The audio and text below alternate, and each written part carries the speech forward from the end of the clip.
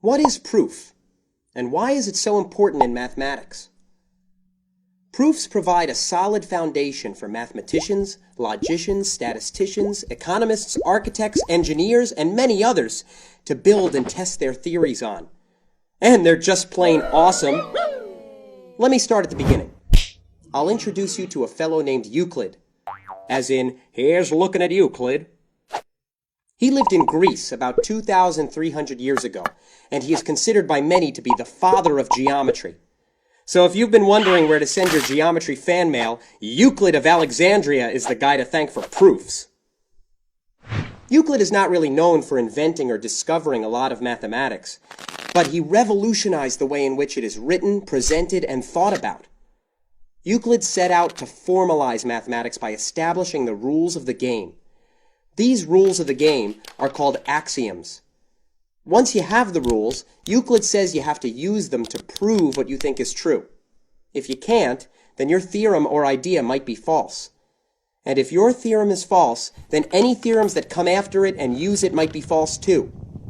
Like how one misplaced beam can bring down the whole house. So that's all that proofs are, using well-established rules to prove beyond a doubt that some theorem is true. Then you use those theorems, like blocks, to build mathematics. Let's check out an example. Say I want to prove that these two triangles are the same size and shape. In other words, they are congruent. Well, one way to do that is to write a proof that shows that all three sides of one triangle are congruent to all three sides of the other triangle. So how do we prove it? First, I'll write down what we know. We know that point M is the midpoint of AB. We also know that sides AC and BC are already congruent. Now let's see, what does the midpoint tell us? Luckily, I know the definition of midpoint. It is basically the point in the middle.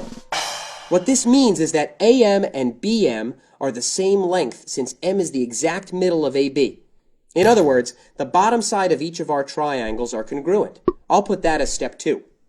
Great! So far I have 2 pairs of sides that are congruent. The last one is easy. The third side of the left triangle is CM, and the third side of the right triangle is, well, also CM. They share the same side. Of course it's congruent to itself. This is called the reflexive property. Everything is congruent to itself. I'll put this as step 3. Ta-da! You've just proven that all 3 sides of the left triangle are congruent to all 3 sides of the right triangle. Thus, the 2 triangles are congruent because of the side-side-side congruence theorem for triangles. When finished with a proof, I like to do what Euclid did. He marked the end of a proof with the letters QED. It's Latin for quod erat demonstrandum, which translates literally to what was to be proven. But I just think of it as, look what I just did! I can hear what you're thinking. Why should I study proofs? One reason is that they could allow you to win any argument. Abraham Lincoln, one of our nation's greatest leaders of all time, used to keep a copy of Euclid's Elements on his bedside table to keep his mind in shape. Another reason is you could make $1 million. You heard me. $1 million. That's the price that the Clay Mathematics Institute in Massachusetts is willing to pay anyone who proves one of the many unproven theories that it calls the Millennium Problems. A couple of these have been solved in the 90s and 2000s. But beyond money and arguments, proofs are everywhere. They underlie architecture, art, computer programming, and internet security. If no one understood or could generate a proof, we could not advance these essential parts of our world. Finally, we all know that the proof is in the pudding, and pudding is delicious. QED.